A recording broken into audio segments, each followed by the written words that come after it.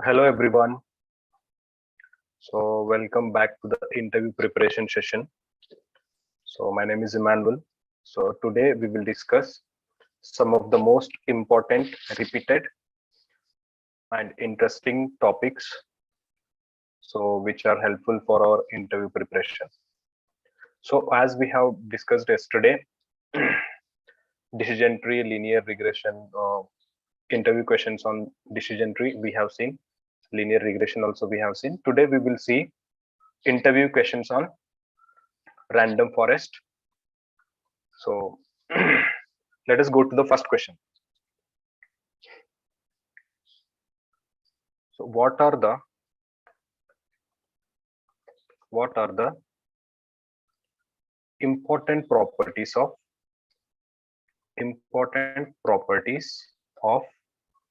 random forest classifier? Random forest classifier. So answer for this is, so as we people know, decision tree was actually facing the problem of low bias and high variance. So our motto is to make low bias and low variance, but decision tree was having the problem of high variance. So what do you mean by high variance? As I have said yesterday, so low bias means training error training error will be very low, but testing error will be very high. That is called as high variance. Test error is very high. So to solve this problem of low bias and high variance, so one of the most important and very interesting model comes into picture, that is called as random forest. So this random forest is ensemble model. Okay, so this belongs to the class of bagging techniques. So we can say it is the ensemble model. Ensemble model belongs to bagging technique. I hope you people know what is bagging. Okay, and second one is, so when we apply random forest, so we get low bias and low variance. So these are the important properties of random forest classifier. So decision tree was having the problem of low bias and high variance, but random forest comes into picture and it solves the problem of high variance, and that high variance is reduced to low variance. So random forest solves the problem of high variance. Now let us go to next question. What are the basic assumptions of random forest? What are the basic assumptions of random forest? So answer for this is, there are no such assumptions. There are no such assumptions. So whenever there are no such assumptions, as we have some assumptions for linear regression, random forest is not having that type of any assumptions. Okay, so let us go to third question. That is, what are the advantages of random forest?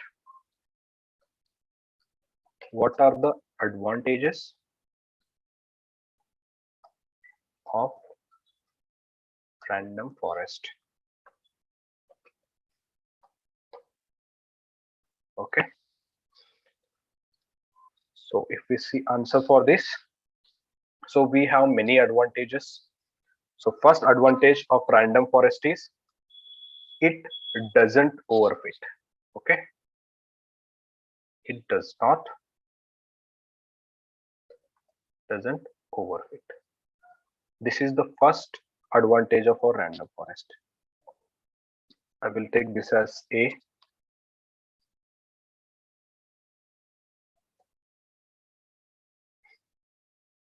And for B,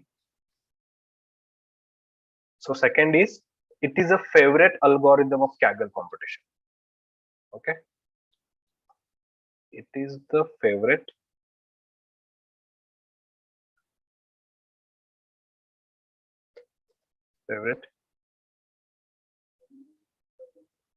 algorithm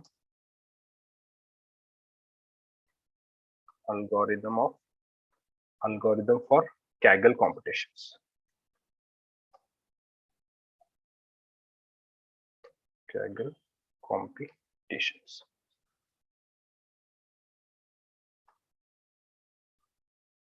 Okay.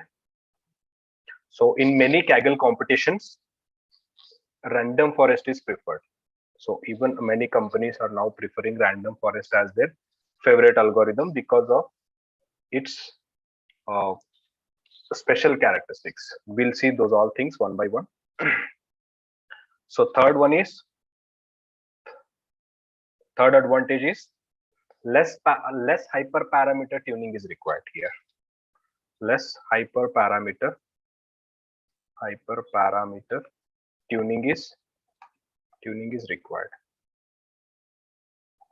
There is no that much a difficult hyperparameter tuning is required in random forest. Very less hyperparameter tuning is required. So fourth advantage of random forest is, so random forest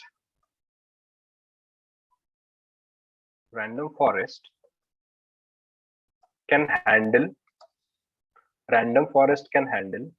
both continuous and categorical variables. Okay, continuous and categorical variables.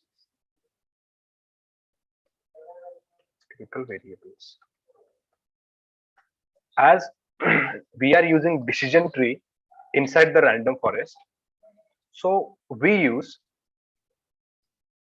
as we are using decision tree inside the random forest, so it can handle continuous and categorical variable both. Okay, so the next thing is, no feature scaling is required. No feature scaling is required. No feature scaling is required. So so I said, like, feature scaling means normalization and standardization are not required here because it is using decision tree internally.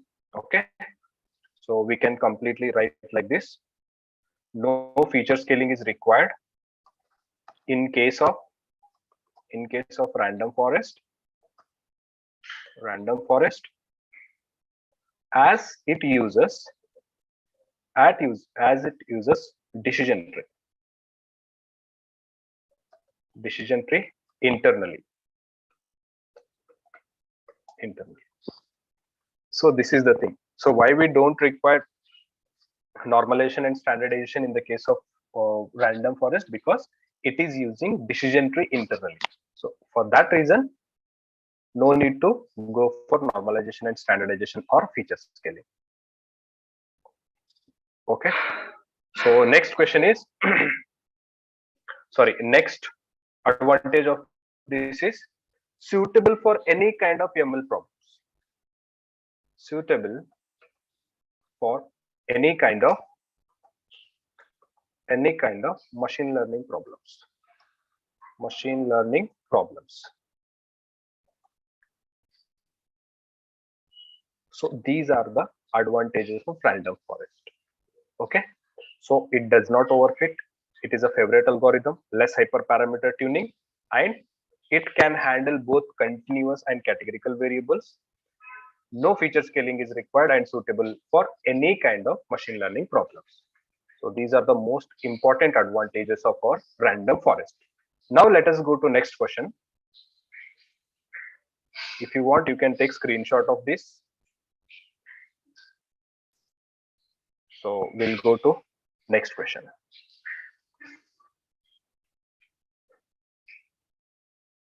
That is our fourth question.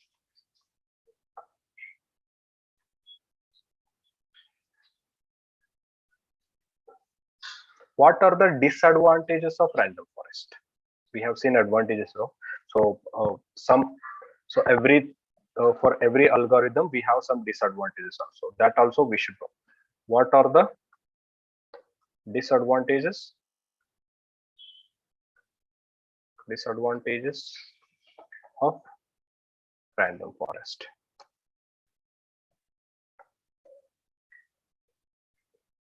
So the answer for this is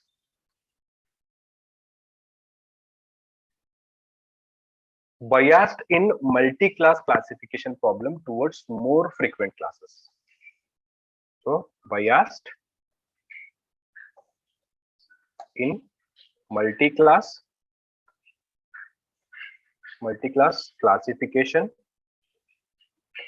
classification problems towards more frequent classes. So there is sometimes what happens. So if we have multi-class classification, so in some class, say there are more number of frequent classes are there. So towards that, our model can be biased. So that is the disadvantage of our random forest. So the next case is the next question. What is the impact of outlier on random forest? What is the impact of outliers? Outliers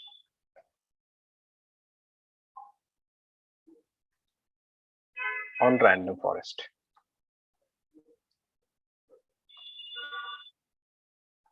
Okay. So as I think, can you people try, like, what is the impact of outliers? These are robust outliers or not?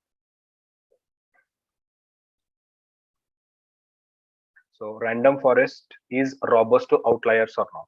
So you can answer in the chat box if you know the answer. Actually, random forest is a robust to outlier.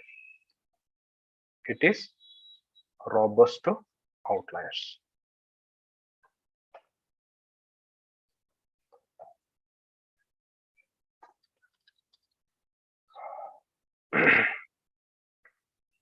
So random forest can handle outliers. The next question is sixth one. What type of problems it can solve? Random forest.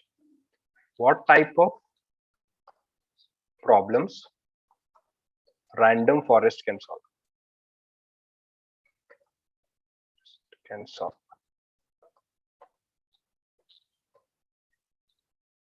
We know that random forest can solve both classification and regression problems. Okay. So random forest can solve both classification and regression problems.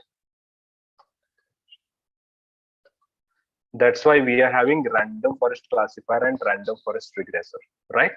So we have both random forest classifiers as well as random forest regressor.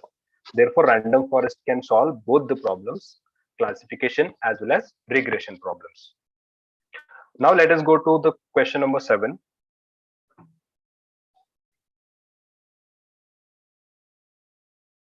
What type of performance matrix we use? What are the performance matrix used in random forest? So you can answer this question in the chat box. I think this is very easy question. What type of performance matrix we use in the case of random forest classifier? Okay, I'll make it more specific. Classifier. So if it is classifier, what performance matrix we use? First one is confusion matrix, right? Confusion matrix,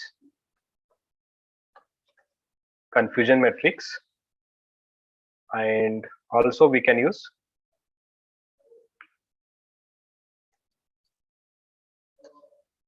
precision,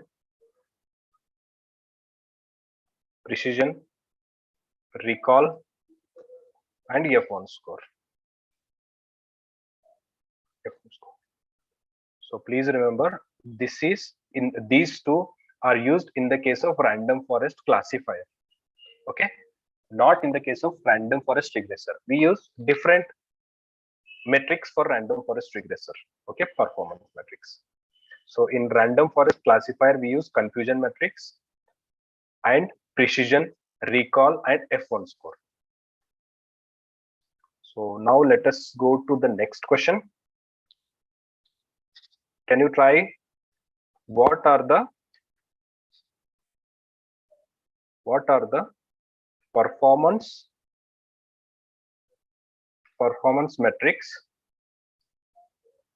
metrics used in random forest regressor?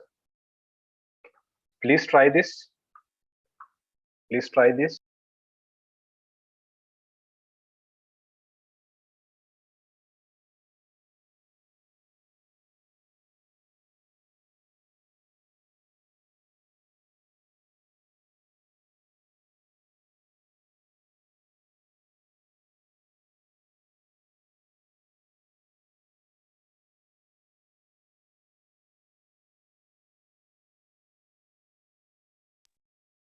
Okay, this is very easy question. You can try this. So now I'll tell the answer. So in random forest regressor, so it is very easy. That is, what are the performance metrics in random forest regressor? R square, right? R square,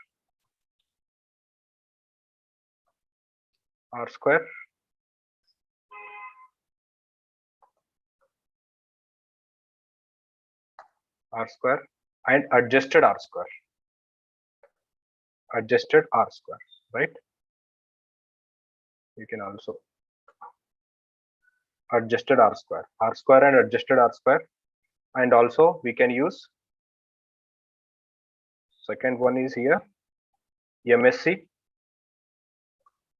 RMSC, mean squared error, root mean squared error, and MAE.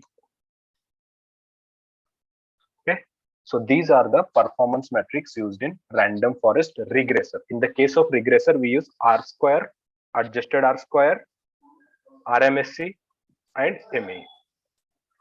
So these are the performance metrics used in random forest regressor. In classification, we use confusion matrix, F1 score, ROC, and precision, recall. These all things we use. Okay, so now let us go to next question.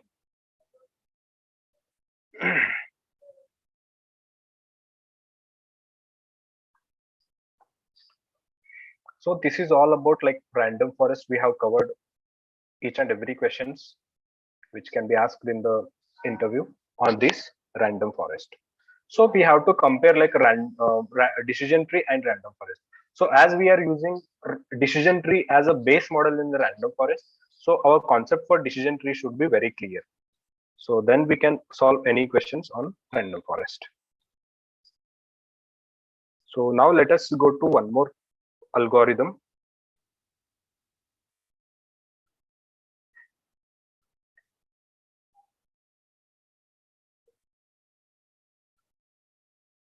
That is one boosting algorithm also we will see, and we'll see most important questions on that. Okay. So XGBoost will take questions on XGBoost.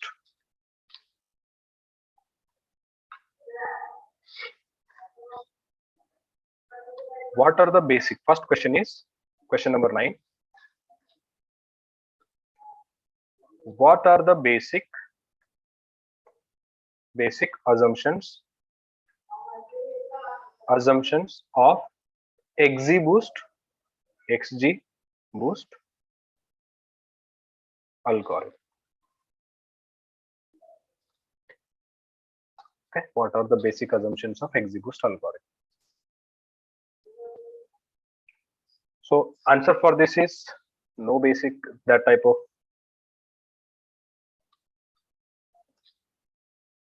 There are no such assumptions.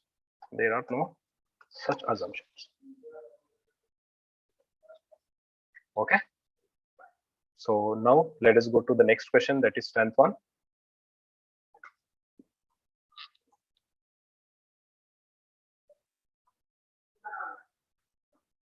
Okay.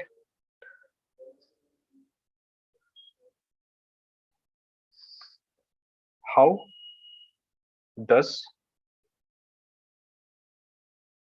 XGBoost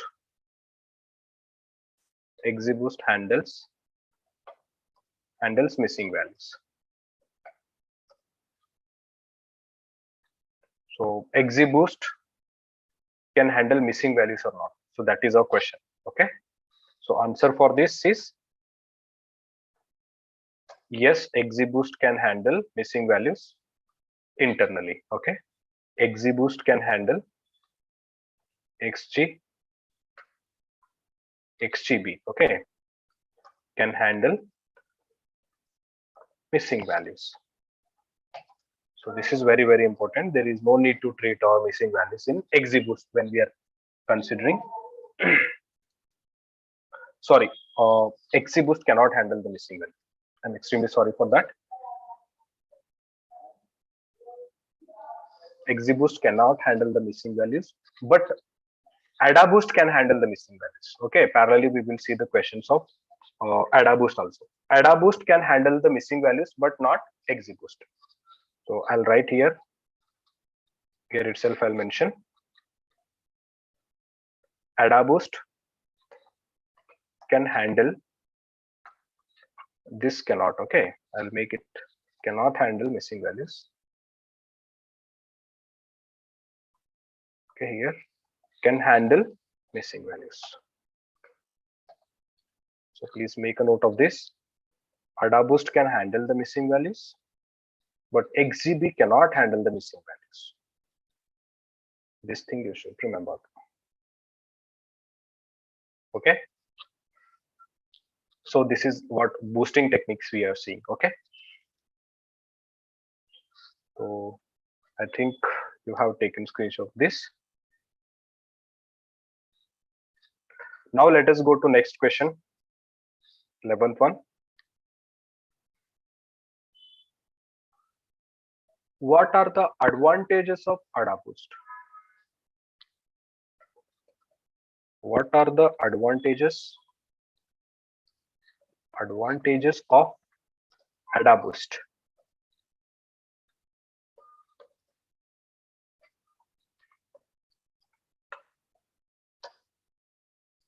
Okay, you can think of what type of advantages it provides. So first advantage we can talk about is it does not overfit. Okay, it doesn't overfit. So this is very important advantage of AdaBoost. It has few parameters to tune. Okay, there is less hyperparameter tuning is required. It has few parameters to tune. It has few parameters to tune. Very less hyperparameter tuning is required in the case of AdaBoost. Okay.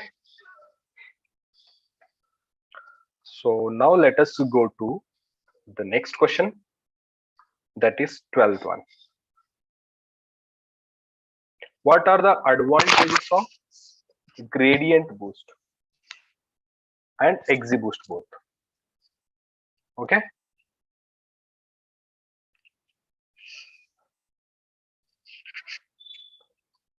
What are the advantages of gradient boost and XG boost.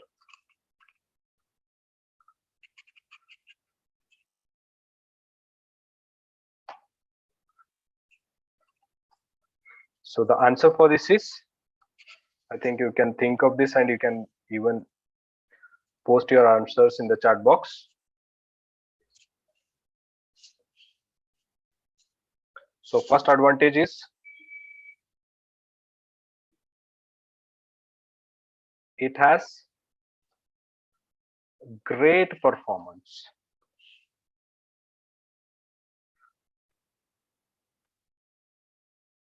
It has great performance.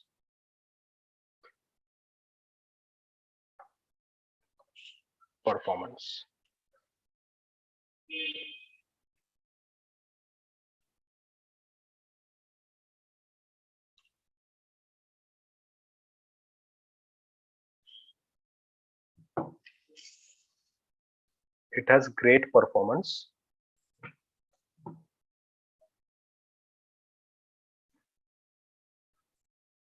It can solve complex nonlinear functions. Second one is it can solve complex nonlinear functions. Complex nonlinear functions it can solve. Okay. And it is better in solving any kind of ML use cases. And it is better in solving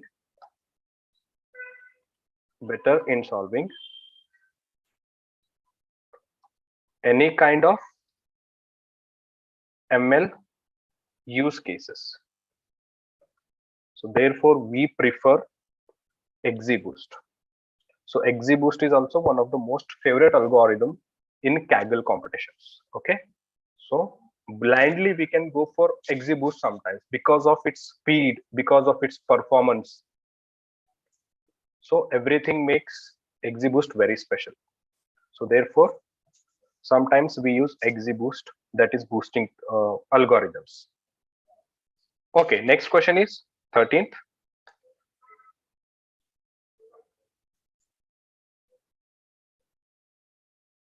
So I'll just erase these answers. If you want, you can take a screenshot of this.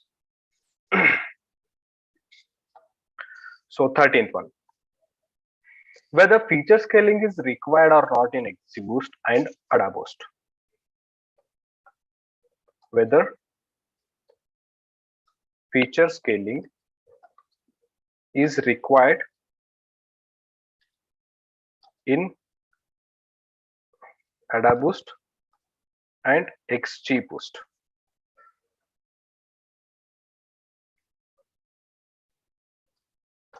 So the answer for this is no feature scaling is required. No feature scaling is required. I think you people know why we are not required to go for feature scaling here, because we are using decision tree internally. Therefore, no need to go for feature scaling. Feature scaling, again I repeat, what are the feature scaling techniques? That is normalization and standardization. Normalization and standardization is not required in the case of tree-based algorithm. Okay, so when we use tree-based algorithms such as AdaBoost, XGBoost, random forest, feature scaling is not required. So please keep this in mind. Okay, so now let us go to the question number 14. Question number 14. What is the impact of outliers? What is the impact of outliers on AdaBoost and gradient boosting? Okay, so the answer for this is robust to outliers. I think you people know, right? So robust to outliers in gradient boosting and XGBoost.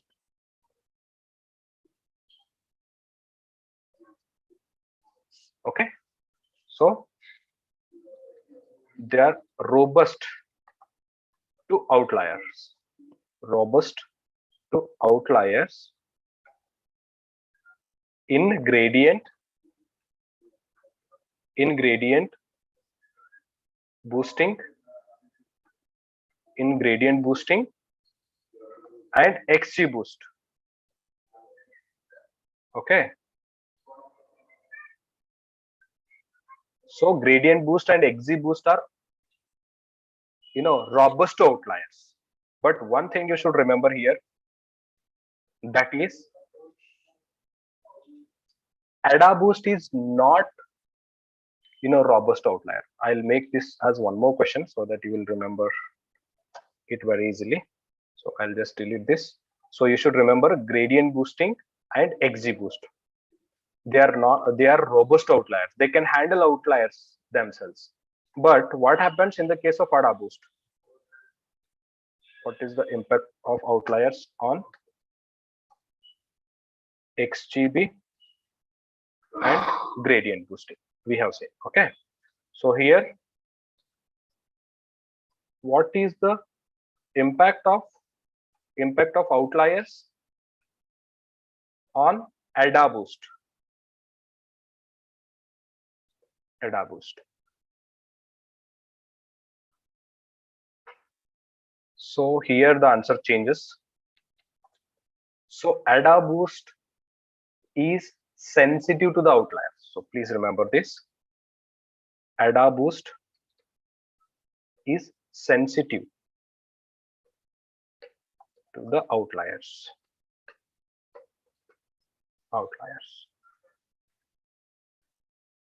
So XG boost and gradient boosting are not sensitive to the outliers, but ADA boost is sensitive to the outliers. So this is very important. So these changes we should make a note. Okay. So let us go to the next question. That is 16th question. What type of problem it can solve? What type of problems it can solve? Again, very easy, right? Very easy question. What is that? What is the answer for this? You can just type in the chat box. So it can solve classification and regression problems. Both it can solve. Classification and regression problems. Right? So if you are confused with that, so please be clear here. So ADA boost, gradient boosting and XG boost can solve classification as well as regression problems. Okay. Now let us go to the next question. That is question number 17.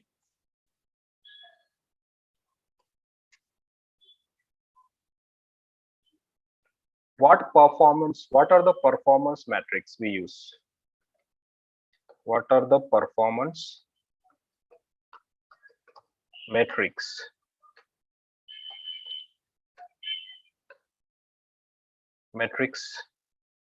are used in boosting techniques? Okay. You can take XGB and ADA boost. Okay, ADA boost. So in the case of classification, again we use same thing. What is that performance metrics? That is same confusion metrics.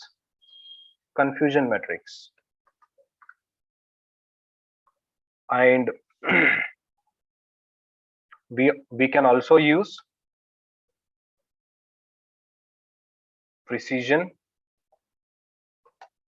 recall, F1 score. Okay. So what are the performance metrics we use? Means we can use confusion metrics in the case of classification. If I'm using ADA boost classifier, gradient boost classifier or XGBoost classifier. So then in the case of all classifiers, we can use confusion matrix, precision, recall, and F1 score as a evaluation matrix, okay, or performance matrix. But in the case of regression, what we use? Same thing, that is R square, adjusted R square, RMSE, MSE, and MAE. Okay, in the case of regression, I'll write here.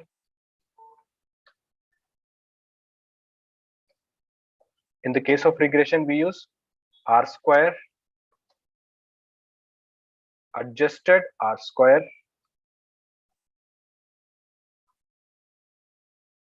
MSE, RMSE, and MAE. Okay, these are the performance metrics used in regression. Okay, say if I'm using XGBoost regressor, AdaBoost regressor, okay, so gradient boost regressor, then we use R square, adjusted R square, MSE, RMSE, and all. Okay, so our RMSE should be very less and our R square should be more, right? So R square should be more whenever we evaluate the matrix. So we select the model which has highest R square. Okay, so now we'll see one more algorithm. On that we will see all the questions. So we have seen random forest, and also we have seen boosting techniques. Some of the boosting techniques we have seen. Okay,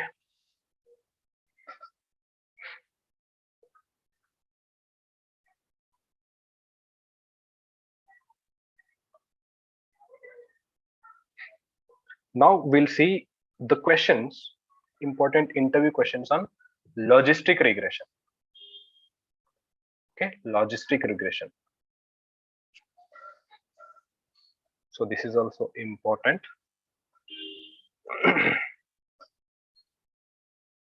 So question number 18. Question number 18. What are the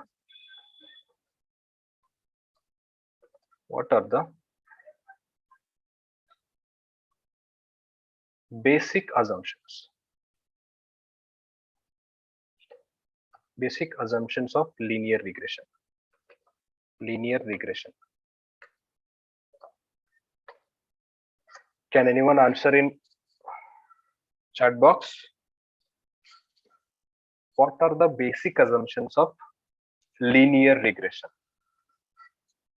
Sorry, not linear, linear. I'm extremely sorry. We are using here logistic regression. Okay.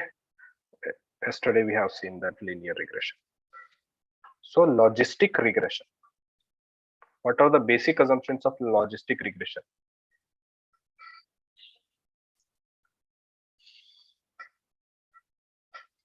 Okay, so only one assumption we are having, that is linear relation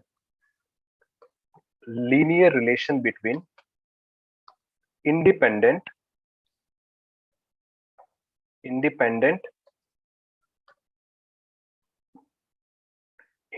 features and log odds. This is the only basic assumption of logistic regression.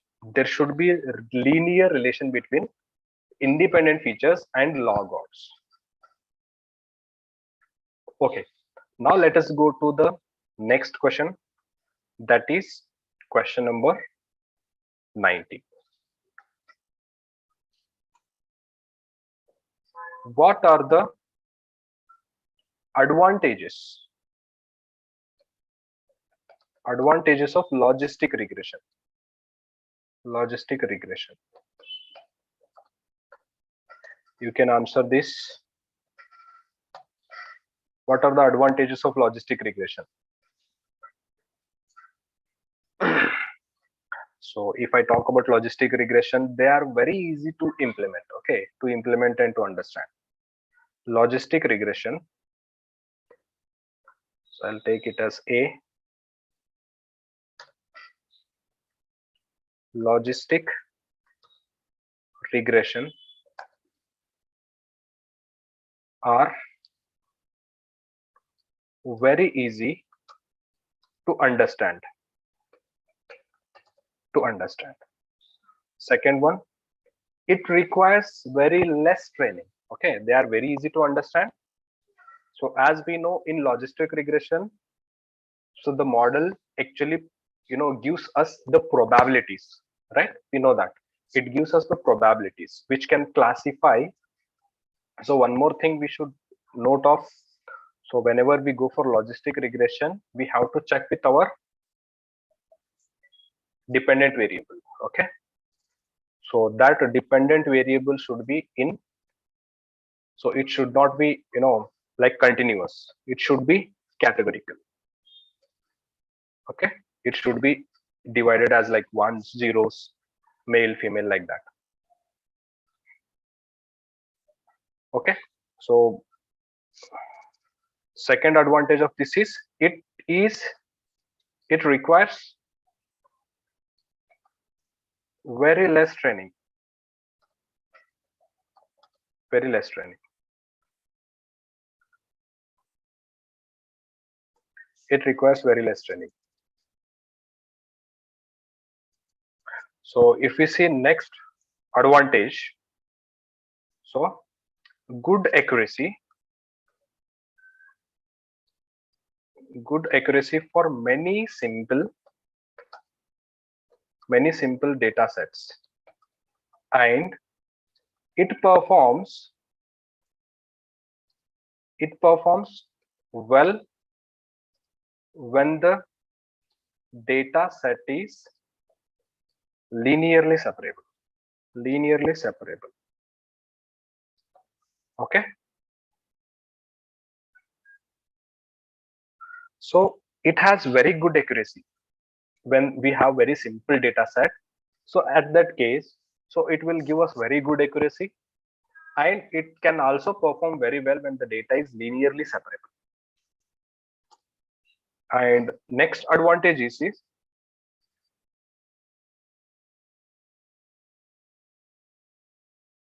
so logistic regression is easier to implement, interpret, and very efficient to train. So this also we can write logistic regression is easier to implement,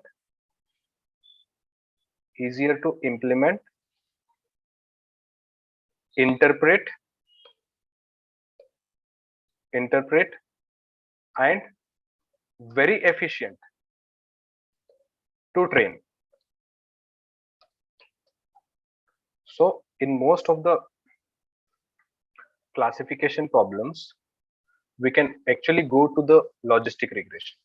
Okay, because it is very easy to implement, and interpretation is very easy here. So you can explain to anyone like how the model is working, and also it is very efficient to train. So these all things makes logistic regression very best suited model for the for the classification problems. Okay, and it makes no assumptions about distributions of classes in future space. So this is also one more advantage. It makes no assumptions about distributions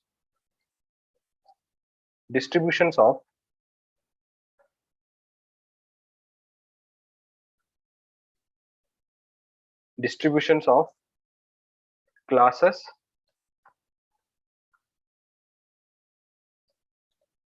classes in feature space.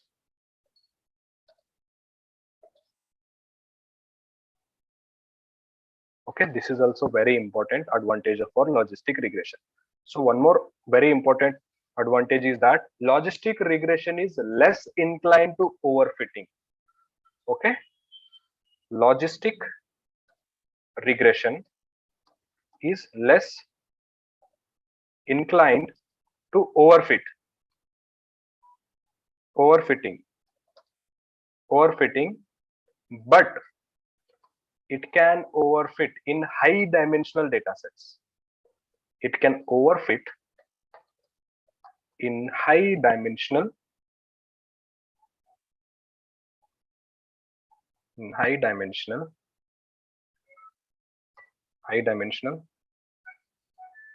data sets. So this we should remember. So logistic regression models are very less inclined. They are not that much prone to overfitting, but they can overfit in the case of high dimensionality data sets. So if we have very high dimensional data set, so then logistic regression can also overfit. So that is one advantage. One may consider regularization techniques to avoid the overfitting in this scenario. So we have a solution for this. To avoid the overfitting of this logistic regression, we can use regularization techniques. To avoid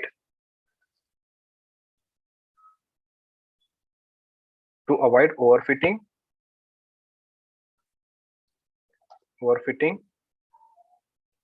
one may consider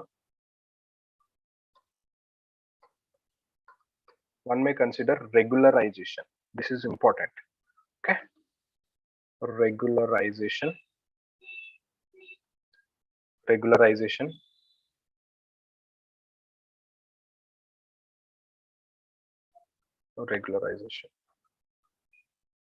So we have two regularization technique, that is L1 and L2. Okay, L1 and L2 techniques to avoid techniques. So if we read this advantage, logistic regression is less inclined to overfitting, but it can overfit in high dimensional data sets. To avoid overfitting, we can consider regularization techniques such as, I think you know this, ridge and lasso regression. So L1 and L2 regression techniques, regularization techniques can be used. Okay.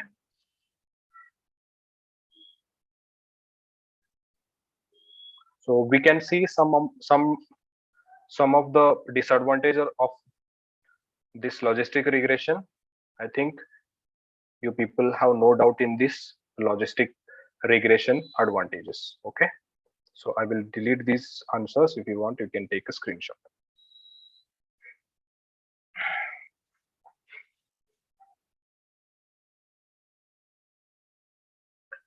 Okay, few more questions I'll discuss on this.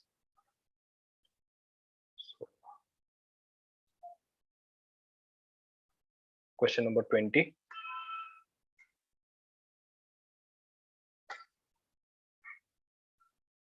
Whether feature scaling is required in this case or not.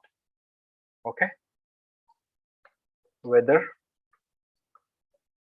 feature scaling is required or not. In logistic regression. Okay. Yes, feature scaling is required here. Answer for this is yes. Yes, feature scaling is required. So please make a note of it. So feature scaling is required in the case of logistic regression. So one thing you should remember, always remember. So regression problems statements, always whenever we go for regression models, we do feature scaling. Okay. But when we do classification problems, especially which are having decision tree as a base models, okay, the models which are tree based, so no need to go for scaling. But in the case of regression problems where gradient descent concept is is present, so we have to do scaling. So that is the main concept here. So scaling is required whenever we have gradient descent concept and Euclidean distance concept.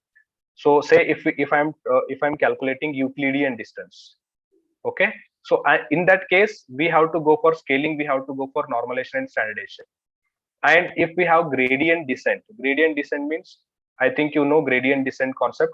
That is, we make error to come to the local minima. So in that scenario also, the algorithm which use gradient descent, so then also we need to scale down the features. But in the case of decision tree, the models which are using decision tree, no need to go for any scaling.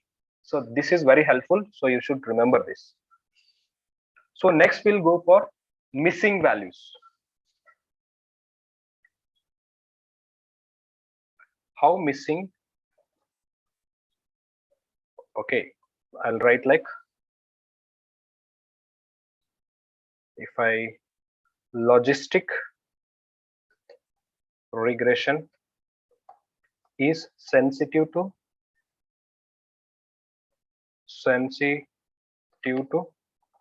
missing values or not. Okay,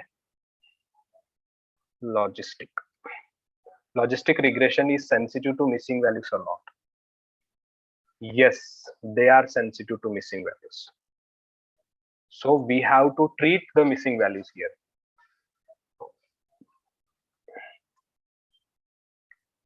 So yes,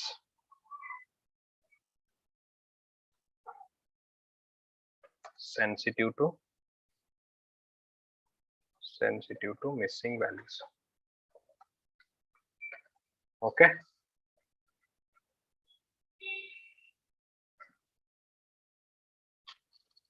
So what type of problems it can handle? The next question is, so one thing you should remember, they are sensitive to missing values. Therefore, we have to treat the missing values. We cannot leave. Okay. So what type of problems? What type of problems it can handle? It can solve.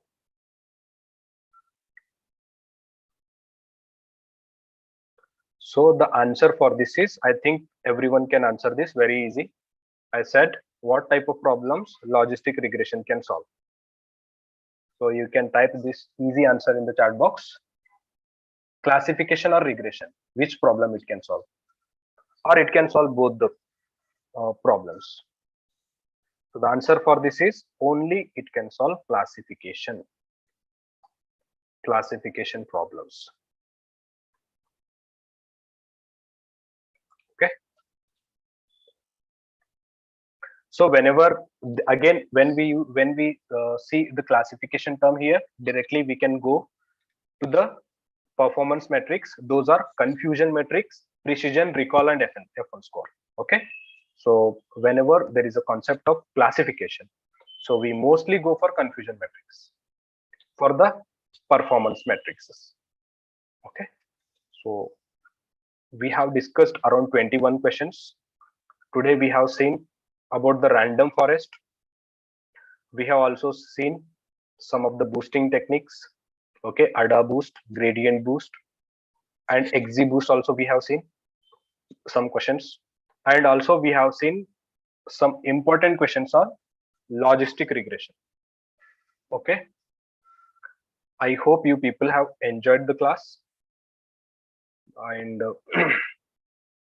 hope you people utilize this session, okay, in your future. So that's all for today. So we'll meet in the next session. Thank you.